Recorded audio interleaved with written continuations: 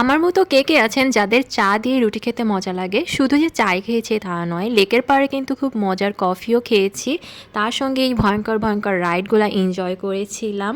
আর এই কালারফুল ট্রেনটা যে আমার কি ভালো লেগেছিল, না চড়ে থাকতেই পারিনি, পুরো রিসোর্টটাই এটাতে করে ঘুরে দেখেছি। তার সঙ্গে এই মাছগুলা যে কি সুন্দর, আর এই বাম্পার কারগুলো তো আরও বেশি সুন্দর ছিল। সাথে দুপুরে মজা করে লাঞ্চ করেছিলাম সবাই মিলে।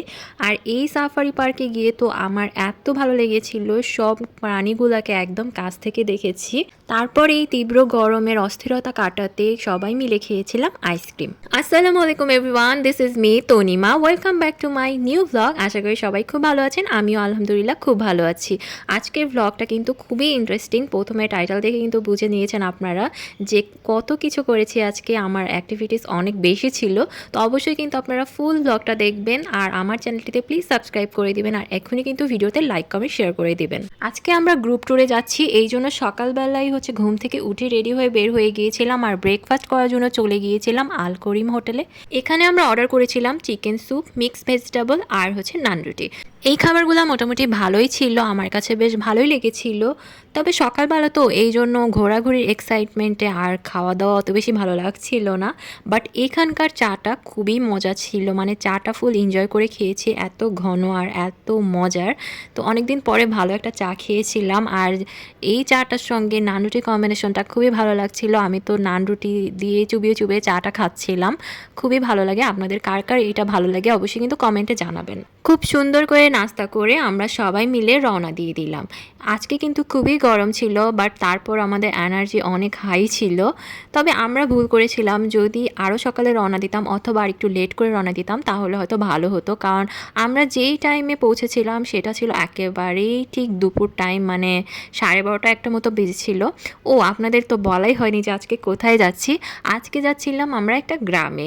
তো এই গ্রামটা কিন্তু খুবই সুন্দর, আর এই গ্রামটার নাম ছিল সুবর্ণগ্রাম। এত ভালো লেগেছে, এত ভালো লেগেছে, আপনারা না গেলে বুঝবেনই না যে এটা এত বেশি সুন্দর। তো যেহেতু আমরা গ্রুপ ট্যুরে যাচ্ছিলাম তো মজাটাই ছিল অন্যরকম, মানে সবাই মিলে হই হুল্লোড় করতে করতে গাড়িতে করে যাচ্ছিলাম, গান শুনছিলাম, আর রাস্তার ভিউটাও খুবই সুন্দর ছিল। মানে আমরা 300 ফিট দিয়ে গিয়েছিলাম, তো তো দেখতে খুবই ভালো লাগছিল। তবে মাঝখানে কিছুটা রাস্তা একটু ভাঙা ছিল, এর জন্য একটু প্রবলেম লাগছিল। বাট ওইটার সাইড দিয়ে আরেকটা গ্রামের রাস্তা আছে, আপনারা চাইলে ওই রাস্তা দিয়েও যেতে পারেন। চাইলে গুগল ম্যাপে সার্চ করে খুব সুন্দর লোকেশনটা আপনারা পেয়ে যেতে পারেন। দেখতে দেখতে আমরা খুব তাড়াতাড়ি সুবর্ণগ্রামে পৌঁছেও গিয়েছিলাম, কারণ এটা ঢাকার খুবই কাছে ছিল। তো এইটার পার্কিং ব্যবস্থাটা খুবই ভালো ছিল, মানে অনেক স্পেস ছিল।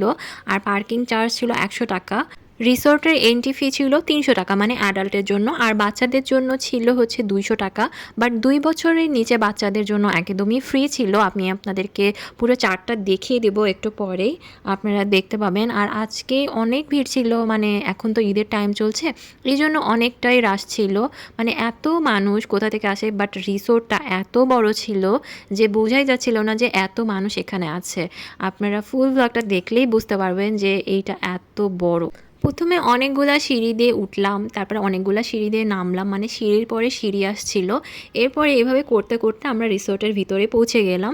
আর রিসোর্টের ভিতরে প্রবেশ করার পরে আমার কাছে অনেক গরম লাগছিল, মানে একদমই অড একটা টাইমে এসেছি, তখন প্রায় 12:30 মতো বাজে। তো খুবই গরম লাগছিল, অস্থিরতা লাগছিল, মনে হচ্ছিল যে যদি আরেকটু পরে আসতাম, মানে 2টার পরে বা 3টার দিকে আসলে এখানে খুব ভালো লাগতো, মানে রোদটা আর থাকতো না, গরমটা থাকতো না। বাট আরেকটু যখন ভিতরে গেলাম আমার আস্তে আস্তে ভালো লাগা শুরু করলো। তারপরে যখন ঘুরছিলাম অনেক ভালো লাগছিল, আর আসার সময় তো আসতেই মন চাচ্ছিল না। আপনারা লাস্ট পর্যন্ত দেখলেই বুঝতে পারবেন। আর এখানে খুব সুন্দর একটা পুল মতো করা ছিল, যেখানে অনেকগুলা মাছ ছেড়ে দেওয়া ছিল, বিশাল বড় বড়। আর এভাবে কিছুক্ষণ পরপরই কালারফুল ট্রেনগুলা যাচ্ছিল ভিতর দিয়ে। আর রিসোর্টটা কিন্তু অনেক বড়, জানি না কতখানি জমি নিয়ে এটা করা, বাট আমার কাছে অনেক বিশাল লেগেছে। মানে একটা গ্রাম যতখানি বড় হয়, এইটা ঠিক ওই রকমই মনে হচ্ছিল, যে ছোটোখাটো একটা গ্রাম। আর মানুষও যেহেতু অনেক বেশি ছিল, তারপরে চারিদিকে অনেক গাছপালা ছিল, পুরাটাই একদম গ্রিনি। আর এই যে দেখেন মাছগুলাকে মাছের মানে খাবার দেওয়া হচ্ছে, আর এই খাবারটা ছিল মুরগির কলিজা, তো এইগুলাই ওদেরকে খাওয়ানো হচ্ছিল। আর বিশাল আকারের একটা নাগরদোলা ছিল, তারপর এই ভয়ঙ্কর ভয়ঙ্কর রাইড, এই রাইডটা যা ভয়ঙ্কর, এইটাতে উঠলে আপনাদের মাথা ঘুরে যাবে। মানে যাদের হার্ট অনেক উইক তারা অবশ্যই এটা অ্যাভয়েড করবেন, মানে এটাতে চড়বেনই না। আর যাদের হাইট ফোবিয়া আছে তারাও চড়বেন না, এখানে অনেক ভয়ঙ্কর ভয়ঙ্কর রাইড আছে। বাট যারা অনেক সাহসী তারা কিন্তু মিস করবেন না, কারণ এরকম অ্যাডভেঞ্চার মিস করা যায় না। আমি আসলে অনেক অ্যাডভেঞ্চার প্রিয়, বাট আমার এটা তো চড়া হয়নি, কারণ যেহেতু আমি ঈদের সময় অনেক সাজুগুজু করেছিলাম, ড্রেস পরেছিলাম, জুয়েলারি পরেছিলাম, আর এটাতে উঠলে সব আমার কোথায় যে হারিয়ে যাবে তার কোনো ঠিক নেই, এই জন্য আমি আর এটাতে উঠিনি। বাট আমার হাজব্যান্ডের ফ্রেন্ড উঠেছিল, সে তার এক্সপিরিয়েন্সটা মানে রিভিউ করে জানিয়েছে, বলেছে যে এটাতে উঠলে আসলে অনেক ভয়ঙ্কর, আর ওনার ঘাড়েও অনেক পেইন হয়ে গিয়েছিল এটাতে ওঠার কারণে। তারপর ওনার সানগ্লাসও ভেঙে গিয়েছিল পরে, তো অবশ্যই আপনার ওইভাবে প্রিপারেশন নিয়ে তারপরে উঠবেন। আর এই রাইডটাও অনেক ভয়ঙ্কর, মানে যাদের হাইট ফোবিয়া আছে তারা এটা থেকে 10 মাইল দূরে থাকবেন। মানে এটা উঠলে যে এত উঁচু, কি বলবো, অনেক উঁচুতে উঠানো হয়, দেখেই হয়তো কিছুটা আপনারা আন্দাজ করতে পারছেন। তারপর আরও অনেক রাইড ছিল, মানে বাচ্চাদের জন্য বড়দের জন্য সব ধরনের রাইডই ছিল। এই যে এইখানে এই গোল মতো এই রাইডটা, এইটাও অনেক ইন্টারেস্টিং, এটাতে আমার চড়ার ইচ্ছা ছিল, বাট সময়ের কারণে আর গরমের কারণে আর উঠতে পারিনি। বাট বিকালের দিকে কেন জানি উঠতে মন চাচ্ছিল, বাট তখন মনে হচ্ছিল না থাক বাসায় চলে যাই, তো আর ওঠা হয়নি। বাট আমি নেক্সট আরেকবার যাব, আমার ইচ্ছা আছে তখন এগুলোতে আমি চড়বো। আর এই লেকটা আমার ভীষণ ভালো লেগেছিল, মানে এত সুন্দর। এইটা কিন্তু একটা আর্টিফিশিয়াল লেক, বাট দেখতে একদম অরিজিনাল লাগছিল, মানে অনেকটা ধানমন্ডি লেকের মতো লাগছিল দেখতে। আর ব্রিজগুলো খুব সুন্দর, তার সঙ্গে এই সুইমিং পুলটাও ছিল। আমাদের সুইমিং পুলে নামা হয়নি, কারণ আগের দিন আমরা সুইমিং পুলে নেমেছিলাম, সেই ব্লগটাও কিন্তু আমার চ্যানেলে আপলোড করা আছে, আপনারা চাইলে দেখে নিতে পারেন। আর এখানে কিন্তু হচ্ছে খুবই রিজনেবল প্রাইস ছিল সবগুলার, মানে প্রত্যেকটা রাইড 50 টাকা থেকে শুরু করে 100 টাকা পর্যন্ত ছিল। তারপর সুইমিং পুলের এন্ট্রিও হচ্ছে পার আওয়ার হচ্ছে 400 টাকা করে ছিল। তারপর এখানে অনেকগুলো রেস্টুরেন্ট ছিল, তো আপনারা কিন্তু অবশ্যই ঢুকেই প্রথমে যে রেস্টুরেন্টটা পাবেন ওইটাতেই যাবেন, ওটাতে এসি করা আছে। আর ভিতরে আরেকটা রেস্টুরেন্ট আছে, সেটার নাম ছিল পদ্মা রেস্টুরেন্ট, ওটাতে এসি নেই, বাট বিশাল আকারের কিছু ফ্যান দেওয়া আছে, ওটাও বেশ সুন্দর। তো আমরা ওই রেস্টুরেন্টটাতেই গিয়েছিলাম। আর এমনিতেও লেকের পাশে বসে আপনারা অনেক কিছু খেতে পারবেন, যেমন ফুচকা, নান রুটি, চিকেন চাপ, এইগুলা টাইপের খাবার আর কি। আর যদি দুপুরে প্রপার লাঞ্চ করতে চান, মানে ভাত, ডাল, সবজি, চিকেন, মাছ, পোলাও এগুলা, তাহলে আপনারা এই পদ্মা রেস্টুরেন্টে চলে আসতে পারেন। এই রেস্টুরেন্টটা খুবই সুন্দর, দেখেন একদমই ফাঁকা, কেউ নেই, বাট একটু পরেই অনেক মানুষ হয়ে যায়, মানে হাজার হাজার মানুষ এখানে চলে আসে। আমি তো ভাবতেই পারিনি যে এত বড় এটা একটা রেস্টুরেন্ট, আমি ফার্স্টে ভেবেছিলাম এটা একটা কনফারেন্স রুম। আর এই ছিল রেস্টুরেন্টের মেনুটা দেখলেই বুঝতে পারবেন যে খাবারগুলো মোটামুটি রিজনেবল ছিল, খুব হাই প্রাইস ছিল না, আর কোয়ান্টিটিও বেশ ভালো ছিল। এখানকার এই ফিশ ভর্তা যেটা ছিল এটা আমার কাছে খুবই ভালো লেগেছিল। আর চিকেনটা মোটামুটি, মানে একদমই ঝাল ছিল না, একটু ঝাল হলে ভালো হতো। আর সব কিছু মোটামুটি ভালোই ছিল। এছাড়াও কিন্তু অনেক ধরনের সেট মেনু ছিল, ওগুলো আপনারা চাইলে নিতে পারেন, মানে বিফ, পোলাও এগুলারও মেনু ছিল, তো চাইলে ওই প্যাকেজ যে কোনো একটা আপনারা নিয়ে নিতে পারেন। আর আমি যে খাবারটা নিয়েছিলাম এটার প্রাইস 360 টাকা ছিল। তারপর আমরা লাঞ্চ করে আবার বের হয়ে গেলাম, তারপরে ঘুরে ঘুরে আমরা মানে শেষই করতে পারি না, এতখানি জায়গা জুড়ে এই রিসোর্টটা। তারপরে এখানে দেখেন যে ওয়াটার রাইডও ছিল, মানে হচ্ছে এই যে ওয়াটার কার যেগুলোকে বলে, না কী বলে আমি ঠিক বলতে পারছি না, মানে আমার নামটা সবগুলার মনে নেই। তারপরে এই বাম্পার কারগুলো ছিল, এগুলোও খুবই সুন্দর। তারপর আমরা হেঁটে হেঁটে লেকের কাছে চলে যাই, আর লেকের কাছটা আমার কাছে খুবই ভালো লেগেছিল। এখানে অনেক মানুষ বসে বসে অনেক ধরনের খাবার খাচ্ছিল, লেকের ভিউ এনজয় করছিল।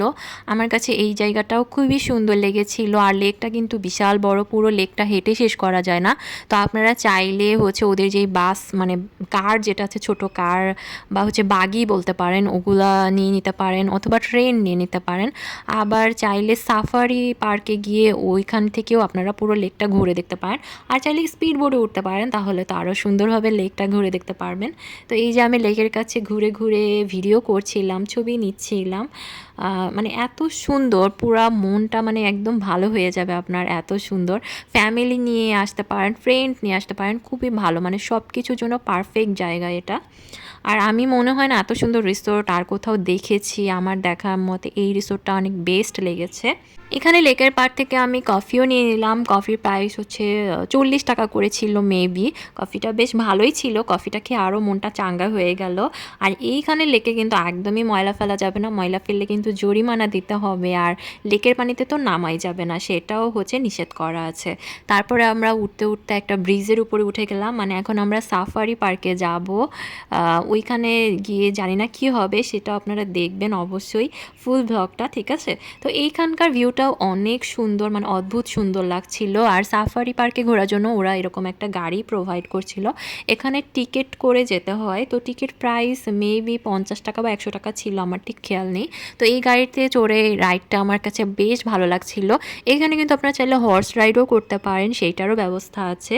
তো এরকম ঘুরে ঘুরে দেখছিলাম, অনেকগুলা প্রাণী দেখতে পেলাম যারা কিনা একদম কাছে চলে আসছিল। আমি এইরকম মানে চিড়িয়াখানা কোথাও দেখিনি যে প্রাণীগুলাকে এভাবে ছেড়ে দেওয়া আছে, তারা খুব সুন্দর করে কাছে চলে আসে। তো দেখতেই পাবেন যে অনেকগুলো ঘোড়া আছে, তারপরে উট পাখি আছে, খুবই ভালো লাগছিল। আর এই ঘোড়াগুলো এত সুন্দর, আমার হাজব্যান্ড তো ওদেরকে একদম হাত দিয়ে ধরে ধরে আদর করছিল। আর আমার ঘোড়া খুবই ভালো লাগে।